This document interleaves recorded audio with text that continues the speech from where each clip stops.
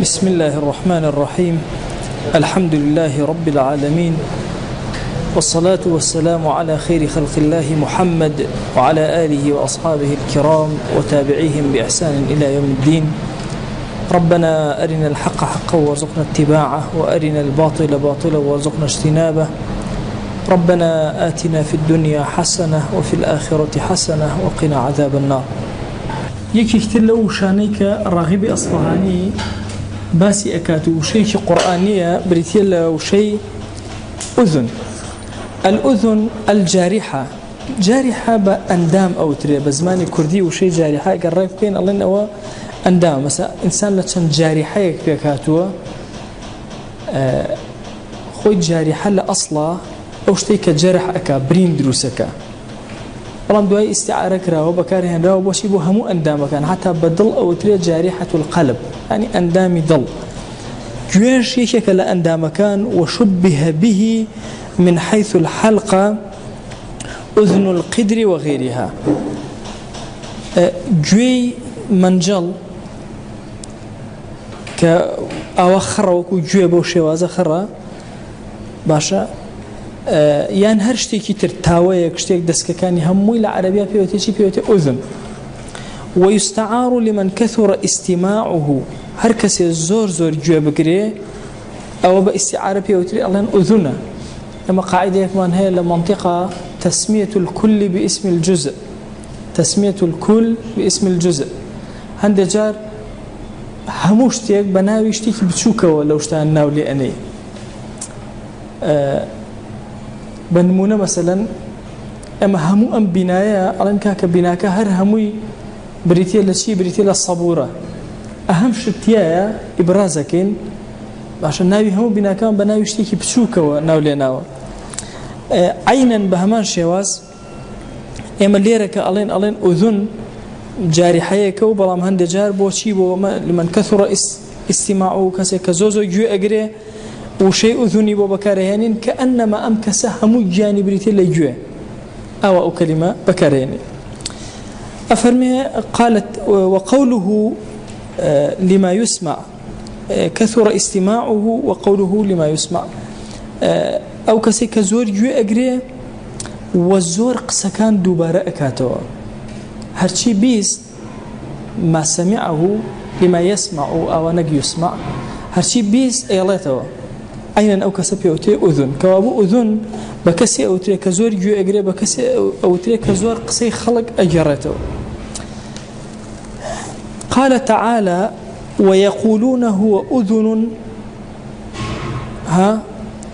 ويقولون هو أذن بيغمر صلى الله عليه وسلم زور جو أجري قل أذن خير لكم. بيغمر صلى الله عليه وسلم طبعا هندجار بسرهاتي أم آيات السبب نزولكي الله شتاني كان أوت في عمر خاصم جويلي أكردن، شتاني كان أكر سيري أكردن. الله تعالى أم كبرى هيج خسرناك هر جو أجري إن جهان دجار قسكاني بسند أكر كابو أما أذنا، يعني شيء قصي خلق جويلي أجري وهي أوان دوباره أكاتو. أذن خير لكم خوي جورا جواب دانا وكا جو كرني في عمر خاص صلى الله عليه وسلم زوربو إيوا خير تلو باشترا وتا يعني بالروايات كثير لبروي أذن إضافة كرابول أي خير، يعني في عمر صلى الله عليه وسلم جوجري شر خير ثانية تنهي جوجري شيء خير ثانا لشر يكسر راسته خركتان أكاتو.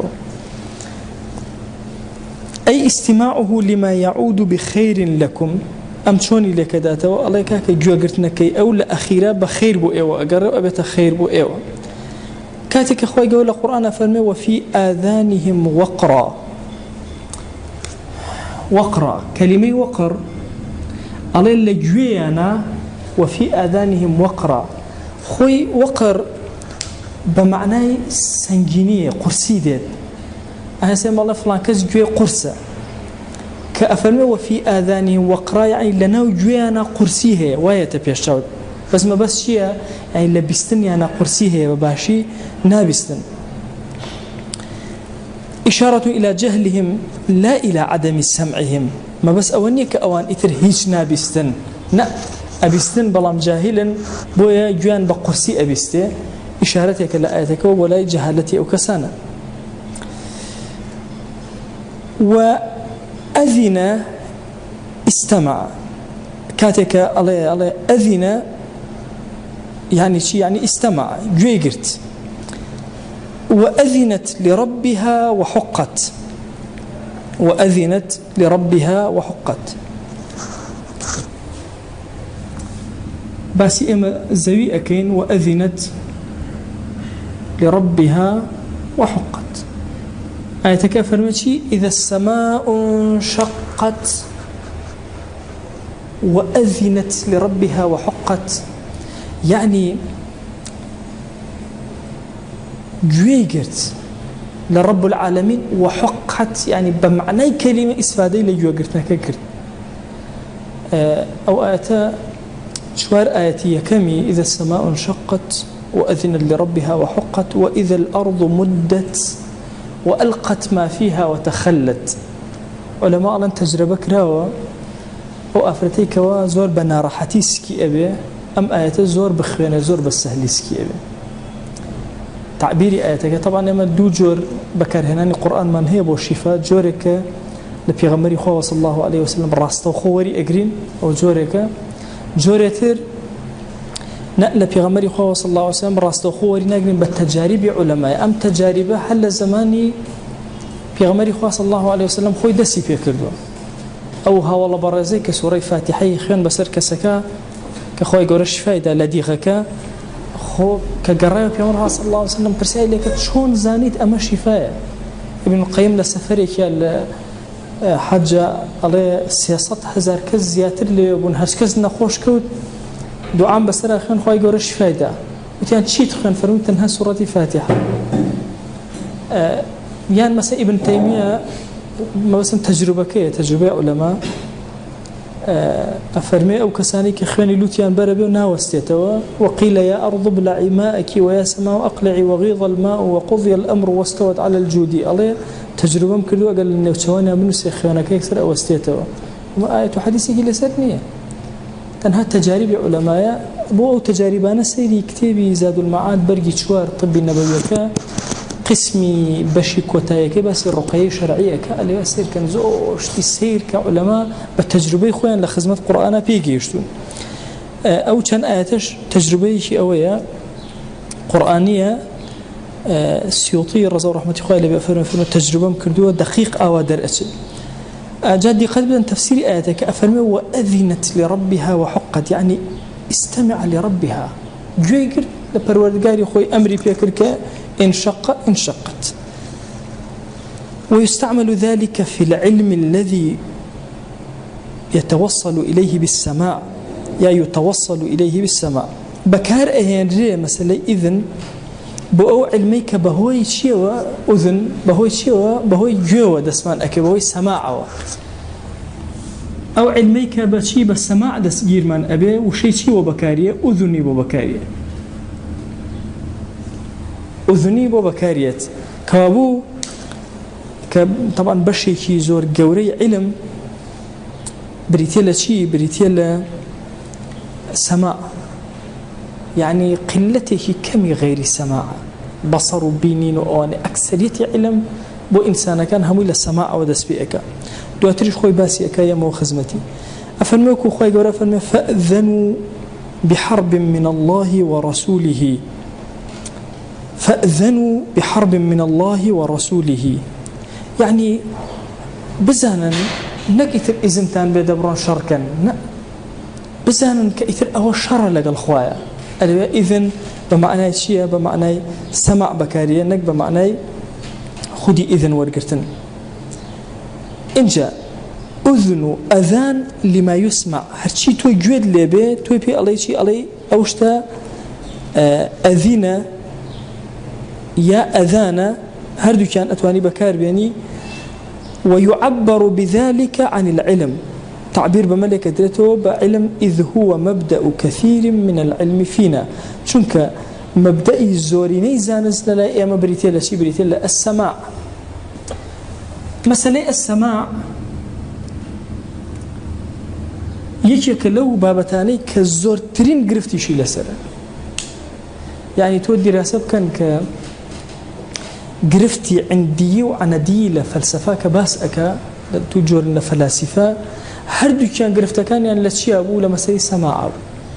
ئێستا ئەمڕۆ تۆ ئێستا دیقەت بدەن گەورەترین گرفتی ئێمە چییە؟ مەسەلەی سەماع. شیعە ئەڵێ ئەم سەماعی ئەم قورئانێکی ئێستا هەیە دوو ئەوەنە سێ ئەوەنە بووە لە هەندێک هینا ئەڵێ 4 مجلد بوو، 1 مجلدی ما. باشە کێشە لەگەڵ سەماعە شەڕەکە. یین مەسەلەن حتا بۆ فکرەکانی تر بەناو قورئانەکان و غەیری ئەوان هەمووی کێشە لە چیە؟ لە سەماعە دروستەکرێت کە ئەو خەبەرانە کێشەیە وەرناگیرێ. وهكذا بينما همو جياني إنسان بريتي لتشي السماء بو أما نالله دايك أبي يكم جار تشيبر أبي لما نالله تشاو أكريتويان جوه سرطا جوه دواتر بجوه شد ورقري مبدئي كل علوم لجوه دس بيك إنسان بسماء وري أقري عامة علوم لجوه ورقري لجوه ورقري وبسماء ورقري كوابو كوي قشتي سمع ورقري للسانه وسمع ورقري للسانه ونقل كري السجياني اما بعامتي ورا بقري بزان اما يك دنيا اخبار لسنجي هو ما نهي لكو ور ما قلتو حموي بجو ما انا اروى يعني او خبرانا خو حوما اللي نبون سبنمونا بيمان او تري الله لفلانه شوين مثلا بون منا الله كاك حلب حساري لسره باش اما عليكم السلام ورحمه اما خوما بو خومان ازانين حصاري لسره لوي بون بيني ومانا هيك تنها سماعا ابيستين كوابا وشوازيه امش شيء امش ايمان من فيه هنا وقناعتش من فيه هنا خوي قول القران فرمي اذن لي ولا تفتني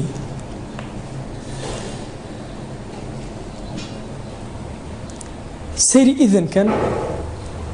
على اذن له يعني الرخصة ده أذن له همش إذن أجر بلام أو يكرت دلاتك اللي صار شيء معناه الرخصة أذن له بمعنى شيء يعني جوي ليجرد استمع له باشا بو معنى يجدي أذن إليه تنهى بمعنى سمع ده بمعنى الرخصة يعني جوي جوان بوش الكرد بعلاش هندي جار دي القرآن أجر شيء وارد نبوه زوريني كاتك بعلا بكاريه أذن عليه يعني إذن دابو كردني أو إيشاء للتجاوز عليه والله أولا قرآن وارد نبوه شوازا أفرمي إذن لي يعني رخصة بدا ولا تفتني توشي فتنمك وإذ تأذن ربكم أمان بوشيا بو إعلام أقدر كرنا وإذ تأذن ربكم بدون لام بدون على بدون إليه وإذ تأذن ربكم يعني أعلن ربكم وأذنته بكذا وآذنته بمعنى شأذنته بكار بيني هربوا معناه مثلا أقدر كرنا إما ألين بانجدا بانك هاور كردن چکە تۆ بە گوێ لە هاوارە بێ یەک دوو یعنی ئیعلان کردن ئیعلانی چی؟ ئیعلانی کاتی نوێژ بۆیە ناومە لێناوە ئاذان مؤذن کێیە؟ كل من يعلم بشيء نداء هەر کەسێک خەڵکی تر فێر بکات بە هاوارکردن پێ ئەوتێ چی؟ پێ ئەوتێ مؤذن قال تعالى ثم أذن مؤذن أيتها العير باشا أذن مؤذن كاتك قصة يوسف عليه السلام مؤذنك بانجويجك باشا دنگ هالبرك هاواري كرت باشا بوشي بوي إعلامي برانبركان أيتها العير هو قافلك أبو وستن كابو بم دنگ برسكا وسي إعلامي عن كابو بيان وستين فأذن مؤذن بينهم باشا بانجويجه بانج أدا لبين جهنميان وبهشتيانا وأذن في الناس بالحج بانج دا به الله بحج كردن لنا وخلقيا يأتوك رجالا وتتنها بيا وكان ينوايا وأذن في الناس بالحج يأتوك رجالا أو رجالا بمعنى شيء قاتش باشە بە پیادەیان باشە یعنی کەوابوو ئەگەر ئەم ئەذانی حەجە درا و ئیبراهیم فوی پیا کرد ئەوە نیە لەحظەیە بمێنێ و خەڵک نەیە بە قاچیش بێ خەڵکێت هیچ وەسیلەیەکیش نەمێنە خەڵک هەردێت یەئتوکە ریجالن لێرە مەبەستمان چییە وەئەذن یعنی بانگ بڵێ هاوارکە باشە نیداکە هەتاوەکو خەڵکەکە دێ والأذين المكان الذي يأتيه الأذان أو شويني عليكم السلام أو شويني بانگ لێوەی ئەدرێ دەنگەکەی لێوەیەت باشە دەنگەکە تەمان لە جیهەتێکەوەیە ئەم جیهەتەیە ئەو جیهەتەیە گوێم لە دەنگی مۆبەڕیدەیەکە باشە لەو شوێنەوە کە دێ پێوتێ ئەذین لە عەرەبیە والإذن في الشيء إعلام بإجازته والرخصة فيه إذن لو شتا واتشي واتا أقدر كنوب إجازة هي ورخصة هي وما أرسلنا من رسول إلا ليطاع بإذن الله يعني بإجازة الله برخصة الله بإرادته وأمره بإرادة إخوة بأمر إخوة وما أصابكم من مصيبة وما أصابكم يوم التقى الجمعان فبإذن الله ئەوەی کە لێتان قەوما لەو ڕۆژێک لەگەڵ کافرانە بەیەک گەیشتن باشەوە مسلمانان زۆرتیانە شەهید بوون فبإذن الله ڕۆژی حونەین بەچی و بە ئیزنی خوا بوو وما هم بضارين به من أحد إلا بإذن الله کەس ناتوانێت زەرر لە کەسێکی تر بدایان شەیاطین ناتوانن زەرر بدەن لە چی یان ساحرەکان ناتوانن زەرر بدەن لە هیچ مرۆڤێک إلا بإذنی خوا نەبێ وليس بضارهم شيئا إلا بإذن الله ناتوانن لە کاتی نەجوایە ئەو ئاەتە باسی نەجوایەکە ئەفەرمێن نەجوا مەکەن لە بین یەکترا ئەگەر نەجواش کرا وما هم بضارين به من شيء باشە ئەوە نییە ناتوان بە هیچ شێوازە زەرر بدەن إلا بإذن الله إلا بإذنی خوا نەبێ لێرە هەڵوێستەیەک ئەکەین لەسەر قسەی فەخری ڕازی هەڵوێستەی ڕاغیبی ئەسفەهانی کە ئەفەرمێ چی بە دەقیقیەت باسی چیمان بۆ ئەکا باسی ئەم جۆرەمان بۆ ئەکا لە ئیذنی خوا معناکەی چییە مەبەست پێ چییە یعنی بە ئیذنی خوا ئەڵێ قیلە بعلمه قیلە گوتوویەتی یعنی بە علمی خوا طبعا ڕاغیب لەگەڵ ئەم قیلە نییە ئەڵێ قیلە بعلمه يعني همو أو ضرر وشتاني كرو أدا بتشي بعلمي خواويا خوا أجيليتي أما قسيك لكن بين العلم والإذن فرق على اللنوان علم إذن فرق زورة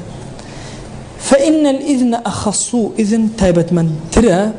ولا يكاد يستعمل إلا فيما فيه مشيئة به علم زائدا مشيئة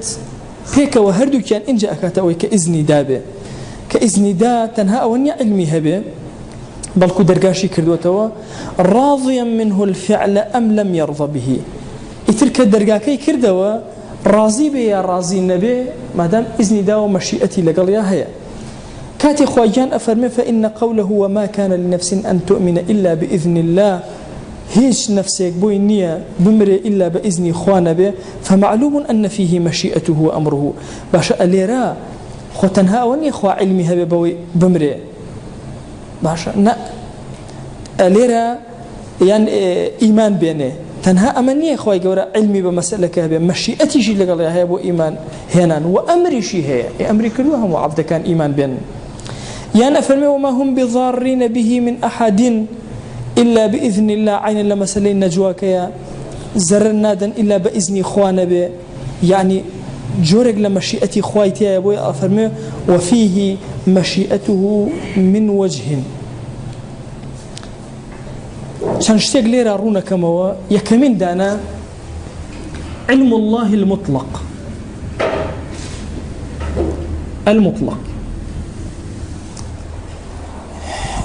إما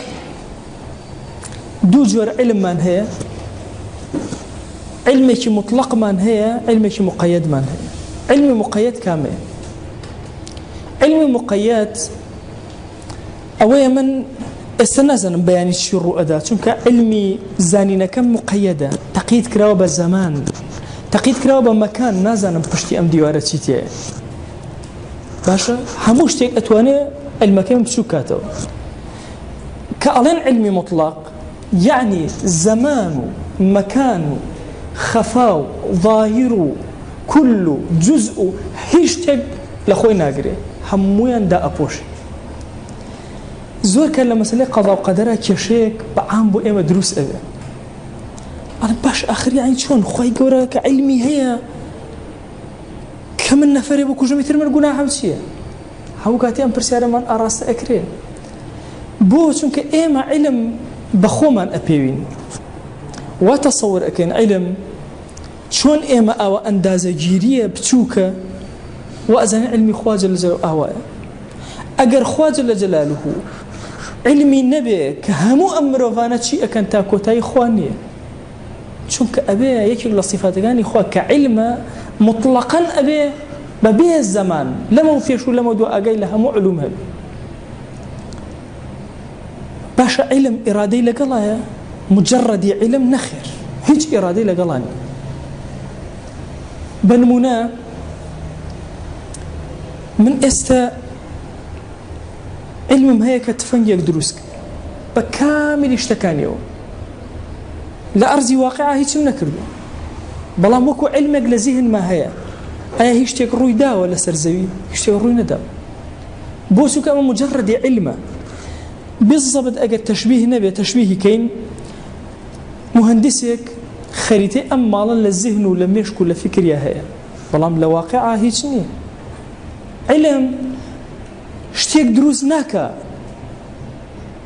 تەنها چییە تەنها ئەمێنێتەوە لە زەینی ئینسانە بەو شێوازە ئەمە وەکو ئینسان کاتێک کە ئەڵێن خوای گەورە علمی هەیە بەم شتانە ناتوانین بڵێن خوا لەگەڵ ئەم علما مەشیئەتی هەیە ئەو مجردی علمە کە ئەچینە سەر ئیرادەی خوا و مەشیئەتی خوا ئەڵێن نظامێک هەیە لە مەشیئەتی رب العالمینە مەشیئەتی هەڵبژاردنی داوەتە دەست مرۆڤ بەڵام کولی مەشیئەتی جوڵەکەی داوەتەوە دەست خۆی چونکە کۆمەڵی یاسای داناوە قەت بووە من ئاوا بکەم بمەوێ ئیرادەم هەبێ کە دەست بەرم بۆ دەم ئیرادەی خوا پێچەوانەی ئەوەی من بێ ئاوا بچێ دەسم لە هیچ ئینسانێکە شتی وا ڕوو ئەدا بۆیە زانایانی علمی کەلام قسەیەکیان هەیە ئەڵێ ئیرادەی کول ئەکەوێتە شوێن ئیرادەی جوزء بۆ لەبەر حرمەتی اختیار فمن شاء فليؤمن ومن شاء فليكفر باشا ئەم کەسە کە مەشیئەت ئەکات باش ئەم مەشیئەتە کە ئەیکات ئەمە مەشیئەتێکە جوزئەکەیە کە اختیار ئەکا بەڵام کولی مەشیئەتە عەظیمەکە هیچ هەیە هی رب العالمینە لە پشتەوەیە بەڵام بۆ ئینسان حسابی لەگەڵا ئەکرێت چونکە کولی مەشیئەتەکەی مەشیئەتی خوا جەل جەلالوهو بە کاملی تاقە لەم ئینسانایە بەپێی اختیاری ئینسانەکە دەست ئەبا بۆ ئاوێک قەت بۆ دەستی نەگات و دەستی بگەڕێتەوە بۆ شوێنێتر بڕوان نە چۆن خۆی ئیرادە ئەکا ئەوە بەڵام لە پشتەوە مەشیئەتی کولی رب العالمین هەیە دوو کتێب هەیە زۆر ئیسفادەی لێ ئەکەن لە مەسەلەی قەدەرە یەکیان قەدەرەکەی نورسی یەکیان قەدەرەکەی گوڵن هەردووکیان ئەگەر دیڕاسە بکەن زۆر سوودی لێ وەرەگرن بەتایبەتی بۆ ئەو گومانانەی کە ئەمڕۆ هەن و چۆن جوابیان بدرێت کەوابوو علم جیاوازە لە ئیرادە و مەشیئەت لە ئیرادە و مەشیئەت دین ئێمە ئێستا ئەو قیلە ئەڵێ چی ئەڵێ ئیذنی خوا یعنی علمی خوا ئێمە ئەڵێ نەخێر علمی خوا یعنی مەشیئەت و ئیرادەی خوا ئیذنی خوا کە ئیزنی دا بە شتێک یعنی مەشیئەتی خوای لەگەڵایە و ئیرادەی خوای گەورەشی لەگەڵایە لێرە ڕاغیبی ئەسفەهانی دێت شێوازێکی تر لە مەشیئەتمان تێ ئەگەیەنێ بە نەوعێکی تر تعبیری ئەکات و تەفسیری ئەکات ئەفەرمی ئیزنی خوا کامەیە ئەم تەختەیە ئێستا ئێشی پێ ئەگا نەخێر ئەڵێ خوا ئیزنی نەکردووە لەوەی کە تەختە ئێشی هەبێ بەڵام ئیزنی کردووە لەوەی کە گۆشت ئێشی هەبێ کەوابوو کاتێک کە باسی مەشیئەتەکە باسی ئەوە نییە کە کابرا ئیشکایە ئیژ نەکە باسی ئەوە ئەکا کە مادەی ئەم شتە خواهي قولت شوني خلق كذا واي خلق كذا كتأسيري تيبقى تأسيري نكا بوي أليرا بوردي أورون أكاته الله أمام مشيئة لوجهك وهو أنه لا خلاف أن الله تعالى أوجد في الإنسان قوة فيها إمكان قبول الضرب من جهة من جهة ما يظلمه أو كسيك ظلم لأكا لأدا باشا أم قبولي أم زربأك فيضره زري في أجيانه حسب إيشك كابوك أفرمي وما هم بضارين به من أحد إلا بإذن الله يعني أوان زرر لإنسان ناتوان به الشوازة بدن إلا مشيئتي خوايا وإذني خوايا كخواي قورا وايكر وكجستي إنسان إجوار قريه ولم يجعله كالحجر خواي قورا إذني ندا ومشيئتي وانبو وكو بردوابي إيشي بيانقا بلكو خوا إذني دا وكأم جستي أم شوازة به لا يوجعه الضرب حتى بياني لو دار بدا لبرد بدا هيج إيشي نيه ولا خلاف أن إيجاد هذا الإمكان من فعل الله دروس كردني أمشتي كممكنا ليرى إيش هبه وليرى إيش هبه أملا تشيا أملا فعلي خواي قوري ولا دا صلاتي خواي قوري ولا مشيئتي أو فمن هذا الوجه يصح أن يقال أنه بإذن الله ومشيئته يلحق الضرر من جهة الظالم ألين بلب مشيئتي خوا زرر للظالمك وأقاب مروفيك چونك خواي قوري أم مروفي وها كردوك أم ظلما تأثيري تيبكا أقلنا أكراوك برد به تأثير لنك ولبسط هذا الكلام كتاب غير هذا هيني أما كتابي ترهي غير أما ألينا كتاب غير هذا لبر أوي بمن كرايتي وتبيتي احتمال وتبيتي كتابي ترهي بسن بيخوانوا احتمال شيء وتبيتي خوم كتابي ترم هي بيخوانوا هردو أجرك شمولك أما جبابتي كزور مفصلة لمسائل علم زورت له علمي كلام بوردي أم بتانا باس أكره شو مسائل علمي خوا وصفات كاني شو مسائل قدر خير وشر قدر تادوي كالتفصيلات كزور جورو وهي شويني خوي وجاي خوي شويني ترى أما ليه رزياتر ما بس من أويا كات خوي جور أفرمي بإذن الله وما كان لنفس أن تؤمن إلا بإذن الله نفسك بيني إيمان بينه إلا بإذن إخوانا بيت شو كخوا قوتي خصوصا أم كسا أتواني إيمان بيني أتواني إيمان نيني أما فكرك الراغب أصفهانية يعني أفرمي وما هم بضارين به من أحد إلا بإذن الله عينا أما قسكي بقسكي الراغب أويك إذنكي خوا بريتي لويك خوا إيش خصوصا أم كسوا ووايلك دوك وقبولي إيش بكات استئذان بريتي لشي طلب الإذن ألف سين تاء أستغفر الله يعني أطلب المغفرة يعني طلبي استئذان طلبي إذن ويبشي تجورة إنما يستأذنك الذين لا يؤمنون بالله أو أنك إذن اللي ورقلنا لجهة خوان أدزنا وكيان أو أنك إيمان يعني يبخوا فإذا استأذنوك كاتك وإذن يعني ورقل فأذن لهم إذن يعني بدأ حتى كوتاي سورة النور كوابوك ألف سين تاء طلبي إذنه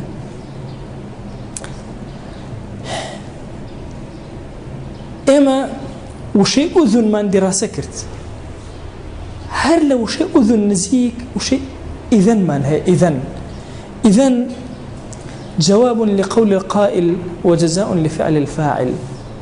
همش العربية إذن بوشي بكارية جوابي كسي كي بي أديته بقسى وباداشتشي أديته ما مصاب من الله أنا آتيك الله ما مصاب من دنبولات الله إذن أكرمك كوابو لكردية كوابو الرز اللي أقرب جوابي قصة كيم دايوة وكردوكش أقر هات جزاي كردوكش دراوته واضحة جوابي شو جزاشه هردو كان إذن لزمان عربية دولمان دا مرجي هي أبو بكر هناني أسير فعلي مضارع فعل مضارع كان منصوب أكا إما ألين شوار حرفي أصيل من هي كفعل مضارع منصوب كان أنو لنو كيو إذن كاتك أشياء تسر فعل مضارع مرجكي شيء أبي لا أول وبه شو بيتسر مضارع إجا راسته وخو أو كاتا منصوبي أكا بوي أمش أفرمي إذن جواب وجزاء الله إذن لعربية جوابي شا ولا مبوكسيك لقول القائل وجزاء ومعنى ذلك أنه يقتضي جوابا أو تقدير الجواب أكرد جواب أبوكسي يا تقدير جواب به ويتضمن ما يصحبه من الكلام جزاء هميشه لو قصوشتك دروز بو شرطك أما جزاكيتي. ومتى صدر به الكلام وتعقبه فعل مضارع ينصبه لا محالة أجر هاتو للسرتاي جملة وهات إذن وفعلك مضارع بدوايا هات إلا لا محالة أو فعل مضارع منصوبك علي إذن أخرج يشيك بمن الله جاء الأمير أمير هات إذن أخرج إذن يكم كلمة من بك بكارم هنا لدواشي الراس تقول فعل مضارع هذا فعل مضارع كم منصوب به إذن أخرج إنجا أجر هاتو ومتى تقدمه كلام أجر قصي كتلم لو بيناك ردبو أو يك يعني ثم تبعه فعل مضارع فعلك مضارع لدوايا وهات باشا يكم من لسرتا ونم هنا وقصيكم كردوا دوام فعل مضارع راس توخو بدوايا وهات وبون نمونه يكتب من الله جاء الأمير الله أنا إذن أخرج أنا بكار هنا لا أول وكو إذا نكنك وتأول شوني بخوان موا ألم كاك أخرج بدو شواز أخرجوش أخوان لتو أخرجش أخوان ميلي خوت لبرو إنك وتسرتاوا واضحة حركة إذن فعل مضارع لدواي هاد نك وتسرتاوا واجبني بالنصب أخوانته هند جاب الرفع أخوانته هند جار بالنصب أخوان لتو باشا إذن أخرج هردو كان دروسا بلام أجر فعلك دواكو تأخر عن الفعل أجر إذنك دواكو لفعلك أو لم يكن معه الفعل أصلا فعل مضارع هل لقلا نبوه عملناك ألمشي أنا أخرج إذن كم خست أخيرا أتوانم بلام أنا أخرج إذن نتوى منصوبي أخرجك بخوان موا أبي إلا بشي بخوان موا مرفوعي بخوان موا يعني خواهي قوراء فرمي إنكم إذن مثلهم مثل لدواي هاتوا مثل فعل مضارع نية كاو إذن اللي إيش كان نخير إجناك لهو إذن لقرآن بمنوننا نسرين بلام لعامة زمان عربية بمشوازة نسرين لخط مصحف أبو شوازة نسرين كالرسم مصحف رسم كتابتي خوي هي تائر بس وصلى الله على سيدنا محمد وعلى آله وصحبه وسلم.